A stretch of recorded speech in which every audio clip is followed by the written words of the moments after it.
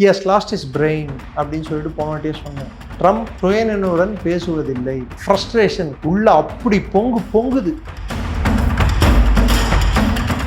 America நீங்க என்ன சொன்னாலும் எது சொல்லாட்டியும் it is basically protestant state தான். எல்லா பிரசிடென்ட்டுகளும் ப்ரொட்டஸ்டன்ட் ரிலீஜியஸ் டினாமினேஷன் தான் வந்திருக்காங்க. அதெல்லாம் போப் காரி துப்பி இருக்காரு. கிறிஸ்டியானிட்டி பேர்ல இது மாதிரி ஊரே ஏமாத்தாதீங்கடா அப்படின்னு சொல்லிட்டு. ஆனால் பெஞ்சமின் நெத்தன்யாஹூ பண்ண மிகப்பெரிய தவறு இந்த போரை தேவையற்ற போரை உலகத்தின் மேலே திணித்தது பெஞ்சமின் நெத்தன்யாஹூ பண்ண தவறு. ட்ரம்ப் இதில் எவ்வளோ தூரத்துக்கு குற்றவாளியோ அதே அளவுக்கு பெஞ்சமின் நெத்தன்யாஹூ மேலேயும் தவறு இருக்கிறது. நெக்ஸ்ட் முகமது பின் சல்மான் முதுகை காட்டி ஓடுவதில் பாகிஸ்தானை விட வேற எந்த நாடும் இணையானதில்லை. வல்லவர்கள் அவர்கள் தான் முதுகை காட்டி ஓடுறதில்ல. தோத்துட்டோன்னு வந்தால் முதல்ல சரண்டர் ஆகிறது அவங்க ஜென்ரலாக தான் இருப்பாங்க. இந்த டிஸ்ரப்ஷன், இந்த ஒரு தாக்கமானது உலகத்துக்கு கோவிடோட மிகப்பெரிய அழிவை உண்டாக்க போகிறது.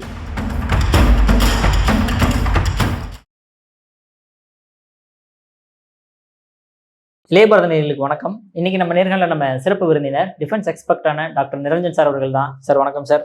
வணக்கம். ஜெய்ஹிந்த். ஜெய்ஹிந்த் சார். சார் ஆக்சுவலாக ட்ரம்ப் அவர்கள் இன்னைக்கு நைட்டு தான் ஐ திங்க் டெட்லைனாக கொடுத்துருக்காருன்னு நினைக்கிறோம். கரெக்டுங்களா? எத்தனாவது டெட்லைன்? அதான் 10 days டைம் கொடுத்துருந்தாருல சார். அதோட முடியுது. நாளையிலிருந்து ஈரானே பிரிட்ஜ் அடிச்சாரு. பிரிட்ஜ் டே, பவர் பிளான்ட் டே, அந்த டே, ஜட்ஜ்மெண்ட் டே.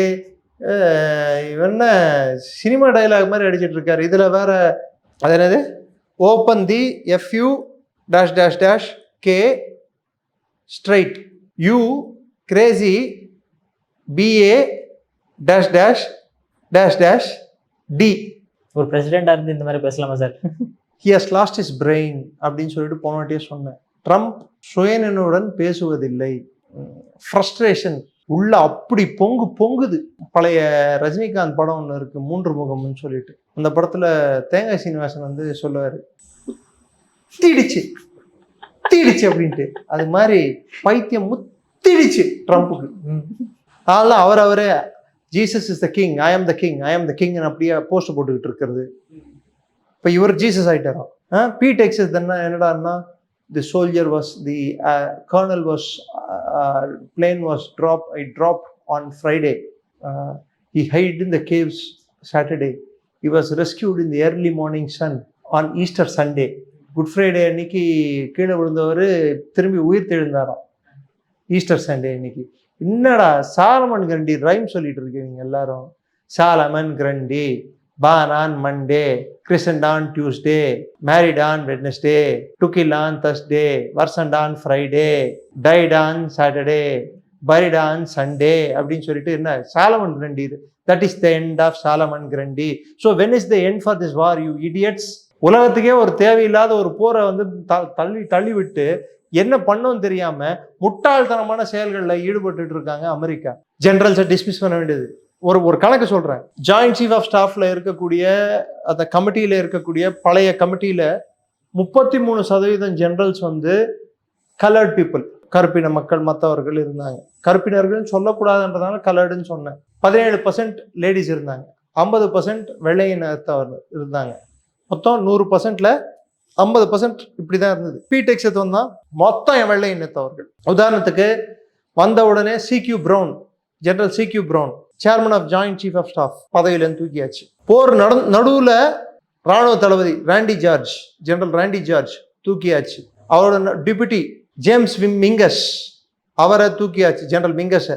அதுக்கு பதிலாக இவங்களுக்கு அடிவரடியா இருக்கிற ஜெனரல் கிறிஸ்டபர் லேனை எடுத்துட்டு வந்திருக்காங்க. First women vice admiral Lisa Franchetti தூக்கியாச்சு. அதுக்கு முன்னாடி ஒரு US ஏர்ஃபோர்ஸ் ஏர்ஃபோர்ஸ் தளபதி ஜேம்ஸ் ஸ்லைஃப் அவரை தூக்கியாச்சு. சரி, இவங்களெல்லாம் தூக்குனது போதாதுன்னு சொல்லிட்டு சீஃப் ஆஃப் சாப்ளின்ஸ், அதாவது மத போதனை சம்பந்தப்பட்ட ஒரு உயர் அதிகாரி. ஏன்னா அமெரிக்கா நீங்க என்ன சொன்னாலும் எது சொல்லாட்டியும் it is basically protestant state தான். எல்லா பிரசிடென்ட்டுகளும் ப்ரொட்டஸ்டன்ட் ரிலீஜியஸ் டினாமினேஷன் தான் வந்திருக்காங்க. அதெல்லாம் போப் காரி துப்பி இருக்காரு. கிறிஸ்டியானிட்டி பேர்ல இது மாதிரி ஊரே ஏமாத்தாதீங்கடா அப்படின்னு சொல்லிட்டு. கத்தோலிக்க போப் லியோ தானே அவர் பேரு. அவர் மாஸ்டர் இந்த ஈஸ்டர் மாஸ்க் கண்டக்ட் பண்ணும்போது உலகத்துக்கு தேவை அமைதி, போர் இல்லைன்னு சொல்லியிருக்காரு அவர். ஸ்பெயின் வந்து பீயிங் அ கேத்தலிக் கண்ட்ரி, என்னோட வான்வெளியை நான் அலோவ் பண்ண மாட்டேன். அதுக்கு அஃப்கோர்ஸ் ஜியோ பொலிட்டிக்கல் ரீசன்ஸும் இருக்கு. நான் என் வான்வெளியை அலோவ் பண்ண மாட்டேன்னு சொல்லியிருக்கு. நேட்டோ கண்ட்ரியா இருந்துகிட்டு. பிரான்ஸும் கேத்தலிக் கண்ட்ரி. அவரோட பிரசிடென்ட்டை பிடிச்சி என்ன பத்தி என்ன பேசினாருன்றது ஊருக்கு பார்த்துச்சு. பொண்டாட்டிக்கிட்ட அடி வாங்குற ஒரு சொல்லிட்டாரு.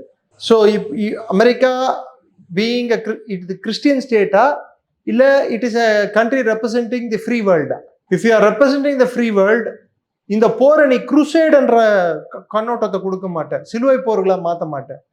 என்னவோ நீ வந்து கிறிஸ்துவத்தை தூக்கி பிடிக்கிறதுக்கு சண்டை போடுற மாதிரியும் ஈரான் வந்து இஸ்லாமை தூக்கி பிடிக்கிறதுக்கு சண்டை போடுற மாதிரியும் ஒரு கண்ணோட்டத்தை ஏற்படுத்திட்டு இருக்காங்க அமெரிக்காவில்.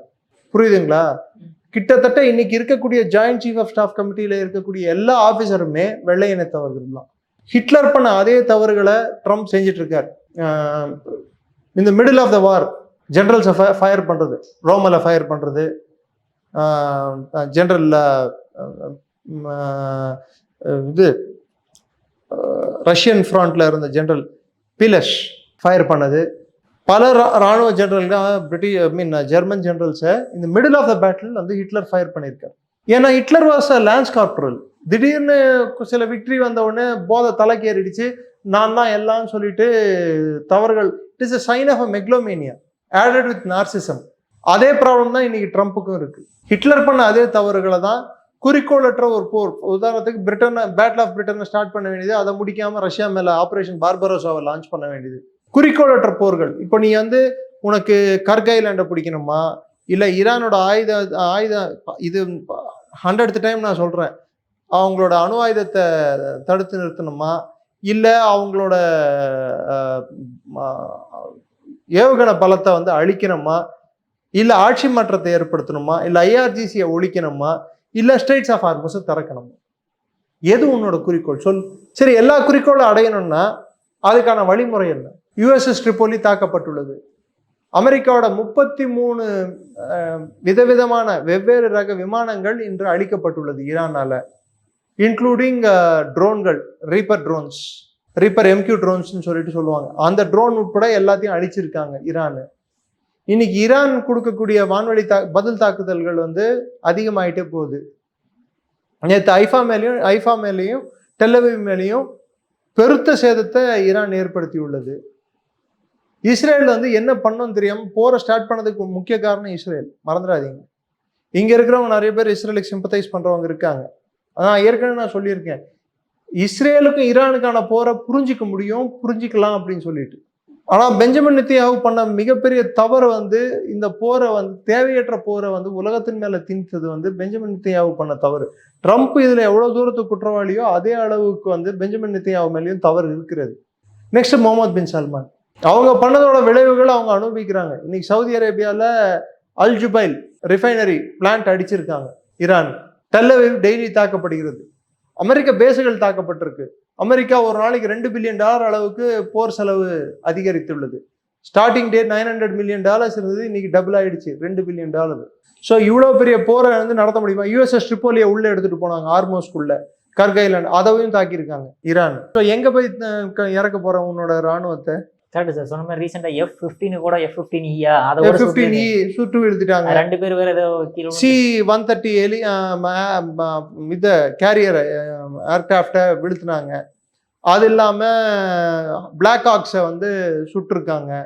ஒரு பைலட்டை ரெஸ்கியூ பண்றதுக்கு அவ்வளவு பேர் ஏன் இஸ்ஃபஹான் கமிச்சு விடுச்ச? ஒரு பைலட்டை ரெஸ்கியூ பண்றதுக்கு இத்தனை பேர் ஏமிச்சாச்சு. அப்போ இஸ்ஃபஹான் வந்து மாத்திரக்கூடாது நியூக்ளியர் ஃபெசிலிட்டி. ஸோ அதை அழிக்கிறதுக்கும் அங்கே இருக்கிற யுரேனியம் தூக்கிறதுக்கும் தானே இதை பண்ண ஈரான் சொல்றது, நான் சொல்ல. ஸோ அது வந்து சக்ஸஸ் ஆகாதனால தானே நீ வந்து இது மாதிரி ஒரு கொச்சையா வார்த்தைகளை எழுதி ஒரு ட்வீட் போட்ட. அந்த ஃப்ரஸ்ட்ரேஷன் தான் அது. நினைச்சது ஒன்று, நடந்தது ஒன்று. ஆனால் நீ சொல்லிக்கிறது நான் பைலட்டை காப்பாற்றிட்டேன். சரி, பைலட்டை காப்பாற்றினதுக்கு நீ சரி பைலட்டா ஈரானே பிடிச்சி வச்சிருந்தா மாத்திரம் நீ என்ன போற நிறுத்திருக்க போறியா? இல்லை. Pilot, no man will be left in the battlefield. We'll extract even the last man standing. கடைசி ஆளை கூட நாங்கள் காப்பாற்றுவோம்ன்றது ஒவ்வொரு ராணுவத்துக்கு இருக்க வேண்டிய கொள்கை, எக்ஸப்ட் பாகிஸ்தான் ராணுவத்துக்கு. அவங்களுக்கு எப்பவுமே அந்த கொள்கை இல்லை. முதுகை காட்டி ஓடுவதில் பாகிஸ்தானை விட வேற எந்த நாடும் இணையானதில்லை. வல்லவர்கள் அவர்கள் தான், முதுகு காட்டி ஓடுறதில்ல. தோத்துட்டோன்னு வந்தால் முதல்ல சரண்டர் ஆகிறது அவங்க ஜென்ரலாக தான் இருப்போம். ஸோ ஆனால் அமெரிக்க ராணுவம் அது மாதிரி பண்ணாது. அதை இன்னொரு மாட்டி ப்ரூவ் பண்ணியிருக்காங்க. இந்த கிரெடிட் அவங்களுக்கு கொடுத்தே ஆகணும் அந்த ரெஸ்கியூ இதில். பட் அது ரெஸ்கியூ மிஷனாக இருக்கிற வரைக்கும் ஓகே. பட் இஸ்ஃபஹான்ல போயிட்டு அங்கே இருக்கிற யுரேனியத்தை எடுக்கணும்ட்டோ இல்லை இஸ்ஃபஹான் சைட்டை மேப் பண்ணணுன்ட்டோ இவங்க முயற்சி எடுத்திருந்தாங்கடான்னா, இல்லை வேற ஏதாவது நாச வேலைக்கான முயற்சி எடுத்திருந்தாங்கடான்னா அது பெரிய ஃபெயிலியரில் போய் முடிஞ்சிருக்கு. ரெண்டாவது, இன்னைக்கு ஈரான் வெளிப்படையாகவே எண்ணெய் வர்த்தகம் பண்ணிட்டு இருக்கு, ஆயில் ட்ரேட் நடந்துட்டு இருக்கு. இன்னொரு பக்கம் டர்க்கி என்ன சொல்லியிருக்கு, ஈரான் இந்த போரை ஜெயித்து கொண்டு இருக்கிறது அப்படின்னு சொல்லியிருக்கு. ராபர்ட் பீப்னு சொல்லிட்டு ஒரு பெரிய அமெரிக்கன் ஜியோபொலிட்டிக்கல் திங்கர் இருக்கார். அவர் என்ன சொல்லியிருக்காரு, Iran is emerging as the world's 5th biggest பவர்னு சொல்லியிருக்காரு. காரணம்னா உலகத்தோட 1/5 ஆஃப் ஆயில், 1/5 மடங்கு பங்கு எண்ணெய் ஸ்ட்ரெய்ட்ஸ் ஆஃப் ஹார்மூஸ்ல இருந்து போனோம். இது வரைக்கும் ஈரானுக்கே தெரியல ஹார்மோஸ்க்கு இவ்வளோ பவர் இருக்குன்னு சொல்லிட்டு. அமெரிக்கா தான் அவங்களுக்கு காட்டினாங்க, உனக்கு இவ்வளோ பவர் இருக்கு, ஹார்மோஸை நீயே கட்டுப்படுத்திக்கோ அப்படின்னு சொல்லிட்டு. இப்போ ஹார்மோஸை கட்டுப்படுத்திட்டாங்களா? இப்போ ஹார்மோஸ் அவன் மூணு அப்புறம் அதுக்கான அவன் வரி போடும்போது இன்னைக்கு உலகம் அவனுக்கு பார்த்து அஞ்சும் போது இப்போ ஈரானுக்கு அவன் பலம் அவனுக்கு புரிய வருது. இன்னொரு பக்கம் ரஷ்யா மேல அவ்வளோ தடைகள் போட்டு எல்லாம் போட்டு எதுவும் வர்த்தகம் பண்ணக்கூடாதுன்னு சொல்லி இந்த போரால சரி ரஷ்யா கிட்ட வர்த்தகம் பண்ணிக்கோன்னு ஓப்பன் பண்ணி விட்டதுல இன்னைக்கு ரஷ்யாவும் பவர்ஃபுல்லா எமர்ஜ் ஆயிடுச்சா? இன்னைக்கு தத்தளிக்க முடிக்கிற நாடுகள் எது? அடிப்படையாக ஐரோப்பிய நாடுகள், அடுத்து ஆசிய நாடுகள், அதுக்கடுத்து ஆப்பிரிக்க நாடுகள். ஆசிய நாடுகள்ல கூட அதிகம் பாதிக்கப்படுற நாடு ஜப்பான், கொரியா. அதுக்கப்புறம் தான் சைனாவோ இந்தியாவோ வரும். இந்தியாவும் சைனாவும் வரும்.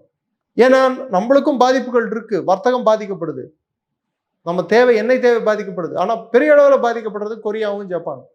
அவங்க பாதுகாப்பும் பாதிக்கப்பட்டிருக்கு. இன்னைக்கு நார்த் கொரியா ஈஸியா சவுத் கொரியாவை அடிக்கலாம். அங்கிருந்த தேர்ட் மிசைல் டிஃபென்ஸ் சிஸ்டம் தானே இங்க எடுத்து வச்சிருக்கேன். ஸோ அடிக்கலாம், ஜப்பான் அடிக்கலாம், நார்த் கொரியா.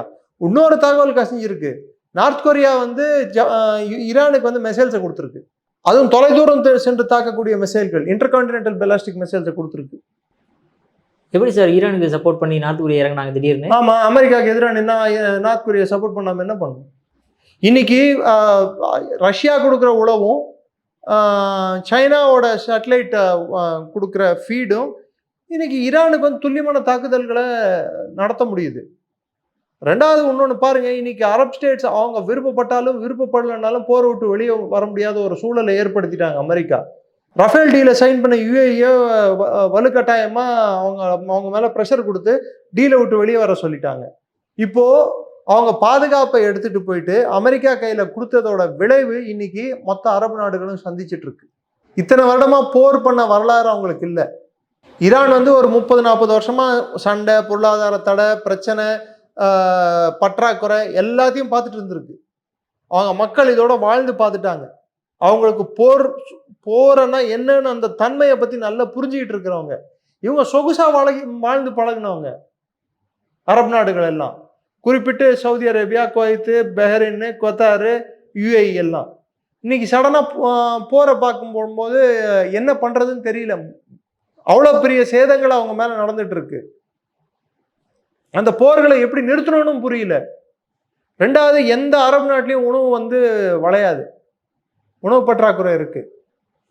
ஈரான்லயும் உணவு பற்றாக்குறை இருக்கு. யாம் பெற்ற இன்பம் பெருக வையகமே அப்படின்னு சொல்லிட்டு நான் மாத்திரம் இல்லடா நீயும் சஃபர் ஆகுன்னு சொல்லிட்டு மொத்த அரபு நாடுகளையும் பட்டி போடுறதுக்கு ஈரான் ரெடி ஆயிட்டு இருக்கு. இந்தியா இது நடுவில் மாத்திரம் 80,000 டன் தானியங்களை அரபு நாடுகளுக்கு சப்ளை பண்ணியிருக்கு, ஏர்லிஃப்ட் பண்ணியிருக்கு. பட் அது போதியமான அளவுக்கான தானியமானு கேட்டா இல்லை. அவங்க கிட்ட கிடங்கு இருக்கான இருக்கு, பட் எத்தனை நாளைக்கு தாக்கு பிடிக்க முடியும்? பேசிக் நெசசிட்டிஸ் கூட அதை வச்சு பூர்த்தி பண்ண முடியாது அவங்களால.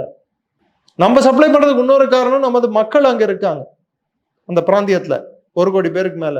கிட்டத்தட்ட $350 பில்லியன் அவங்க அனுப்புற ரெமிட்டன்ஸ் ஒரு வருடத்துக்கு. $350 பில்லியன். அவங்க பாதுகாப்பு, அவங்களோட ஜீவாதாரம் நமக்கு முக்கியம், இந்திய மக்களோட பாதுகாப்பு. பிளஸ் அந்த பிராந்தியத்துல அமைதி திரும்பணுன்றது நம்மளோட தேவை. அதனாலதான் ஜெய்சங்கர் அவர்கள் நேற்று கத்தாரோட வெளியுறவுத்துறை அமைச்சருடனும், யுஏஇயோட வெளியுறவுத்துறை அமைச்சருடனும், ஈரானோட வெளியுறவுத்துறை அமைச்சருடனும் பேசியிருக்காங்க. அதுல மைய கருத்து என்னவா இருக்குன்னா, உங்க கப்பல் எப்படியும் வெளியே விடுறாங்கல்ல எண்ணெய் ஏந்திட்டு வர கப்பலை, அதே மாதிரி உணவு வர கப்பல்களை வந்து எங்களுக்கு வந்தா உள்ள விடலாம் இல்ல, அதுக்கு ஈரான் வந்து பர்மிஷன் கொடுக்கட்டும். ஏண்டா டேய், நார்மலா போயிட்டு வந்த கடலை வந்து இன்னைக்கு பர்மிஷன் வாங்குற கடலா மாத்திட்டீங்க இல்ல. அமெரிக்காவை எடுத்துட்டு வந்து உட்கார வச்சதுக்கு உங்களுக்கு நல்ல வேலையை செஞ்சுட்டான்ல அவன். Never out source your security to another country. உங்களோட பாதுகாப்பை இன்னொருத்தரை நம்பி கையில வைக்காதீங்க அப்படின்றதுக்கு இந்த போர் ஒரு நிதர்சனமான உண்மை. எப்போ ஒரு நாடு இன்னொருத்த வந்து நம்மளுக்கு பாதுகாப்பான், நம்ம பிரச்சனைக்கு இன்னொருத்த வந்து நம்மளுக்கு காப்பாற்றுவான்னு நினைச்சிங்களோ அன்னைக்கு நீங்க அழிஞ்சிங்கன்னு அர்த்தம். நம்ம பிரச்சனைகளை நம்ம தான் தீர்த்துக்கணும், நம்ம போர்களை நம்ம தான் சமாளிக்கணும், நம்ம தான் சண்டை போட்டாகணும். இன்னொருத்தங்கிட்ட போயிட்டு ஐயா சாமி என்ன அடிக்கிறான்னு சொன்னோன்னா கேட்க மாட்டான். அடிச்சுட்டு நான் அடிச்சான் பார்த்துக்கூடா அப்படின்னு சொன்னேன்னா, சரியாப்பா அடிச்சிட்டியாப்பா, சரிப்பா இப்பயா நிறுத்திக்கப்பா அப்படின்னு தான் சொல்லுவோம். இது அந்த கவர்மெண்ட்டுக்கு இந்த கவர்மெண்ட்டுக்கு உள்ள டிஃபரன்ஸ் இல்லையா சார்? அப்படியும் சொல்லலாம். இன்னைக்கு அரபு நாடுகள் சந்திச்சுட்டு இருக்குது அதுதானே. ஈரானோட தாக்குதல்களுக்கு அவங்களால பதில் அளிக்க முடியல இல்ல. இனிமேல் வரக்கூடிய பஞ்சமும் பிணியும் பற்றாக்குறைக்கும் வந்து அரபு நாடுகள் கிட்ட பதில் இல்லை இல்ல.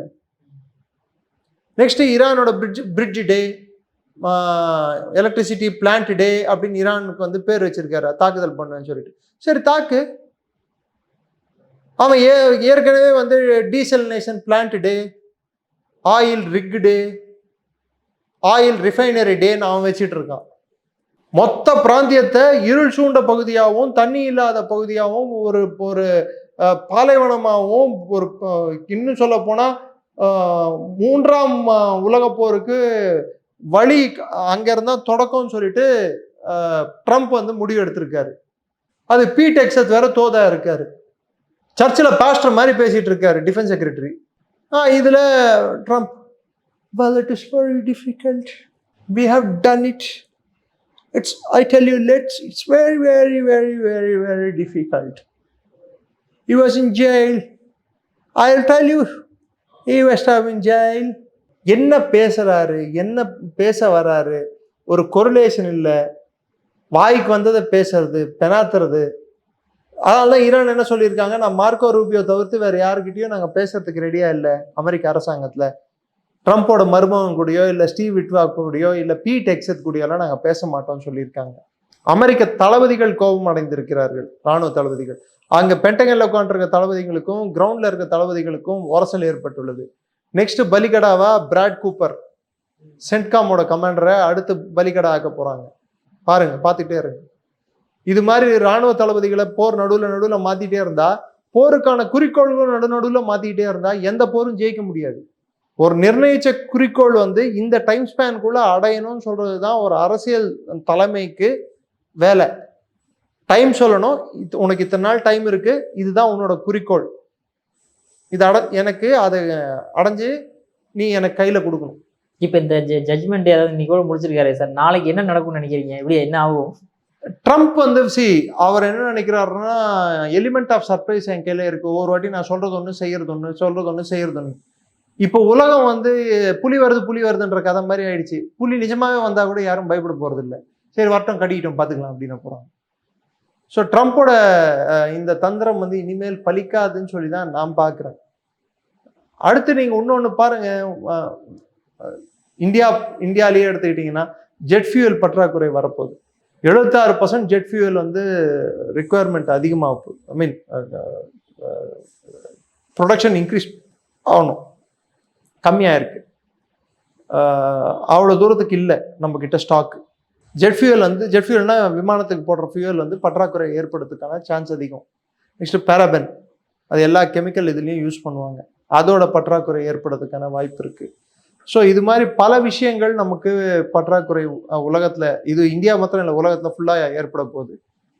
இன்னும் சொல்லி போனால் நம்ம இதை எடுத்துக்கோங்க, நம்ம உணவு, ஃபுட் ஸ்கேர்சிட்டி, உணவு பற்றாக்குறை வந்து ஆப்பிரிக்க நாடுகளில் வரும் என்று திட்டவட்டமாக அறிக்கைகள் தெரிவிக்கின்றன, சமிக்கை தெரிவிக்கிறது, உலக வங்கியின் சமிக்கையே சொல்லுது.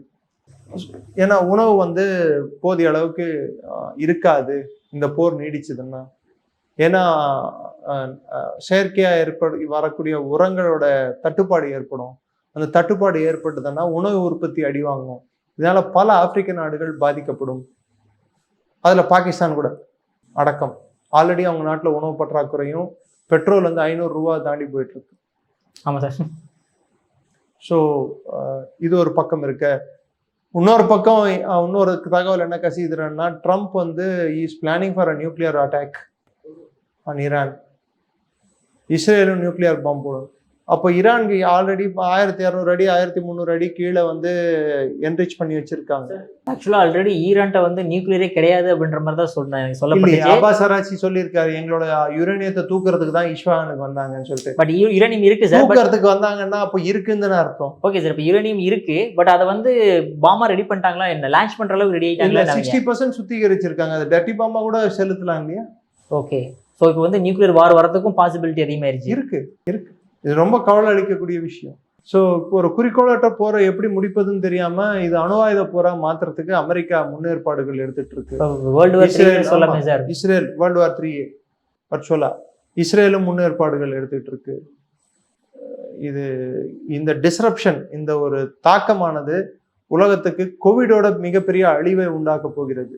அட்லீஸ்ட் அடுத்த 6 மாசத்துக்கு இந்த டிஸ்ரப்ஷன் இருந்துகிட்டே இருக்கும். இந்த பிரச்சனைகள் தொடர்ந்துட்டு இருக்கும். இந்த கட்டமைப்பை புனரமைப்பதுக்கே கிட்டத்தட்ட 1 வருடம் ஆகும். நெக்ஸ்ட் பீடெக்ஸ் என்ன சொல்லியிருக்காரு, நான் மினாப் ஸ்கூல் அடிச்சதுக்கு காரணம் அங்கேருந்து ராக்கெட்டுகள் அங்கே வச்சிருந்தாங்க. இது 7 வயசு குழந்தைங்க படிக்கிற இடத்துல ராக்கெட் வச்சிருந்தாங்க. இவர் போய் பார்த்தாரு, பக்கத்துல போய் பார்த்தாரு. பொய் சொன்னாலும் பொருந்து சொல்லணும். ராம்போ படத்துல வர சில்வஸ்டர் ஸ்டாலோன் மாதிரி மசில்ஸை வச்சுக்கிட்டு ஹேர் ஸ்டைலை வச்சுக்கிட்டு போஸ்ட் காட்டுறது இல்லை. மனுஷனை எடுத்துட்டு வந்து பேட்டில் ஃபீல்டில் விட்டுருணும். டெல்லவியில் எடுத்து வந்து 4 நாள் உட்கார வச்சா குண்டு ஒவ்வொன்றும் விழுந்ததுன்னா அதுக்கப்புறம் I will kill you, I will not follow rules, we will finish you, இந்த வார்த்தையெல்லாம் வராது. லெட் மீ கோன்னு கத்துவான். அவன் மாத்திரம் இல்லை, ட்ரம்ப் மேல வந்து article 25th amendment of American constitution 1967 அதன்படி பிரசிடென்ட்டை வந்து புத்தி சுவாதீனம் இல்லை என்ற காரணத்தினால் பதவி மாற்றம் செய்யலாம். சார், அற்புதமா விளக்கம் கொடுத்தீங்க சார். உங்க பொன்னான நேரத்தை இளையபாலம் ஒதுக்குனதுக்கு மிக்க நன்றி சார். நன்றி. ஜெயந்த்.